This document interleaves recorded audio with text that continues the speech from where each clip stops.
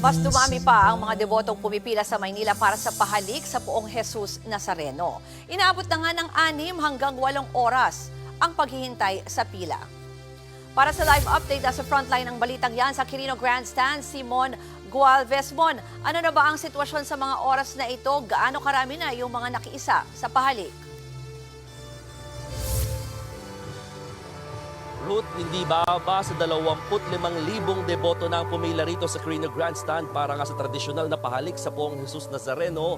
Base yan sa datos ng Nazareno Operation Center sa Quiapo Church. Pero kung pagbabasehan yung tala ng Manila Police District, aabot na raw yan sa mahigit 37,000 at patuloy pang nadaragdagan dahil sa wala pa ring patid na pagpunta rito ng mga nais makalapit sa imahen.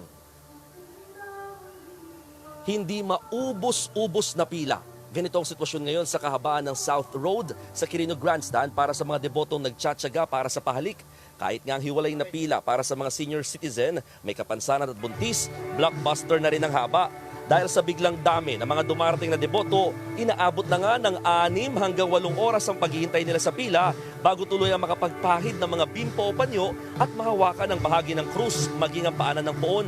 Kaya walang pati din ang dating sa MMDA First Aid Station ng mga nahihilo o tumataas ang presyon. Marami sa kanila pawang mga senior citizen na. Imbis namang pahalik, nais ng mga organizer ng Nazareno 2025 na tawagin itong pagpupugay. Lalo't hindi talaga nila pinapayagang mahalikan ng literal ang imahen. Ruth, first time namang nag-set up ng karidad o pamimigay ng libreng pagkain ng mga kababaihan ng Quiapo Church sa paglampas lamang ng kaunti dito sa mismong imahe ng Jesus Nazareno para sa mga pumila ng ilang oras. Ito'y simpleng handog daw nila sa mga nagtiyaga o nagtiis na makapila at makapahid lamang ng bimpo o panyo sa mismong imahe. At konting update lamang, itong naririnig din yung sound sa aking likuran or sa ating background. Patuloy na kasi na ginagawa na dito ang iba't ibang programa bago yung mismong Fiesta Mass mamayang alas 12 ng hating gabi. At yung pila, baka nag-iisip nyo kung saan ba umaabot yan, hanggang sa may estatwa na o rebulto na ho ng Kalabaw dito sa may Ross Boulevard. Umikot na yung pila dyan at maaaring abutin pa hanggang sa Manila Hotel yung pila ng mga deboto dahil patuloy pa rin dumarating hanggang sa mga oras na ito. Ruth.